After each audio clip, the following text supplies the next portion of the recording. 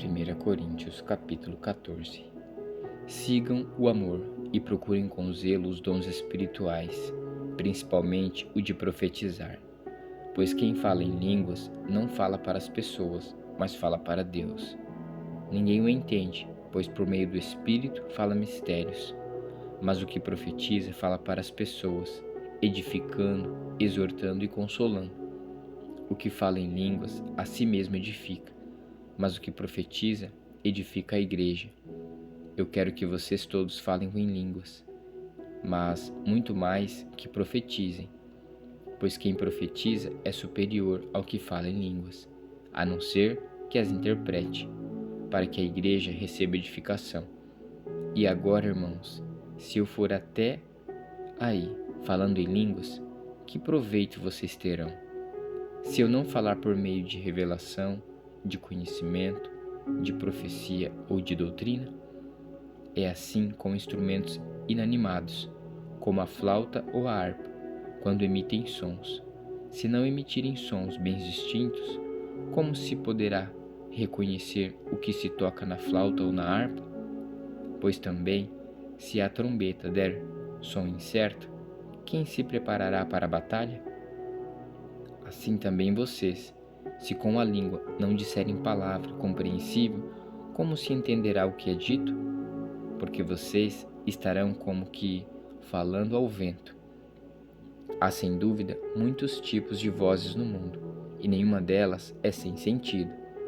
Mas se eu não entender o significado da voz, serei estrangeiro para aquele que fala, e ele será estrangeiro para mim. Assim, também vocês, visto que desejam dons espirituais, procurem progredir para a edificação da igreja. Por isso, quem fala em línguas, ore para que as pessoas possam interpretar. Porque se eu orar em línguas, o meu espírito de fato ora, mas na minha mente ficará infrutífera. Que farei então? Vou orar com o espírito, mas também vou orar com a mente. Vou cantar com o espírito, mas também vou cantar com a mente. Se você louvar apenas em espírito, como o não instruído poderá dizer o amém depois da oração de agradecimento que você fez? Porque ele não entende o que você diz. A sua oração de agradecimento pode ser muito boa, mas o outro não é edificado. Dou graças a Deus, porque falo em línguas mais do que todos vocês. Contudo, na igreja, prefiro falar 5 palavras com o meu entendimento para instruir os outros, do que falar 10.000 palavras em línguas. Irmãos, não sejam meninos no entendimento. Quanto à maldade, sim, sejam crianças, mas quanto ao entendimento, sejam pessoas maduras. Na lei está escrito: falarei a este povo por meio de homens de outras línguas e por meio de lábios de outros povos, e nem assim me ouvirão, diz o Senhor. Portanto, as línguas constituem um sinal para os que creem, mas para os que não creem, a profecia, no entanto, não é para os que não creem, e sim para os que creem. Assim, se toda a igreja se reunir no mesmo lugar e todos se puserem a falar em línguas, no caso de entrarem pessoas não instruídas ou não crentes, será que não vão dizer que vocês estão loucos? Porém, se todos profetizarem e entrar ali um não crente ou não instruído, ele será convencido por todos e julgados por todos. Os segredos que ele tem no coração se tornarão manifestos e assim, prostrando-se com o rosto em terra, adorará a Deus, testemunhando que Deus está de fato no meio de vocês. Que fazer então, irmãos? Quando você se reúne, um tem um salmo, outro tem um ensino. Este traz uma revelação, aquele fala em línguas, e ainda outro faz interpretação. Que tudo seja feito para a edificação.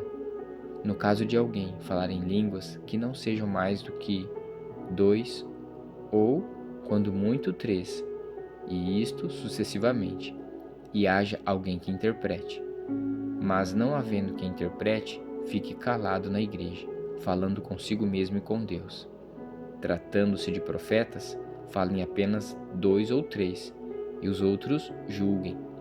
Se, porém, vier uma revelação a alguém que esteja sentado, cale-se o primeiro, porque todos poderão profetizar, um após outro, para que todos aprendam e sejam consolados. Os espíritos dos profetas estão sujeitos aos próprios profetas, porque Deus não é Deus de confusão, e sim de paz. Como em todas as igrejas dos santos, que as mulheres se conservem caladas nas igrejas, porque não lhes é permitido falar, mas estejam submissas, como também a lei o determina. Se, porém, querem aprender alguma coisa, perguntem em casa ao seu próprio marido, porque para a mulher é vergonhoso falar na igreja. Por acaso a palavra de Deus se originou no meio de vocês? Ou será que ela veio exclusivamente para vocês?